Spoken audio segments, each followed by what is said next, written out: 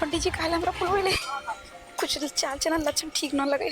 अच्छा देखै ले आओ आओ आओ आओ आओ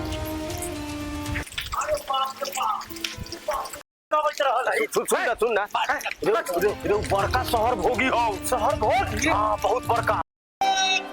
निरंजन लोहिया बाबा से अच्छा कोई यहाँ नहीं है। जल्दी तो अपना ही के पास में दवाई ली पी के शुद्धि कर डाले। आज हमारा लगे थे कि वही कुछ बाबा की देल है जो खा के अपने आप कौन चीज है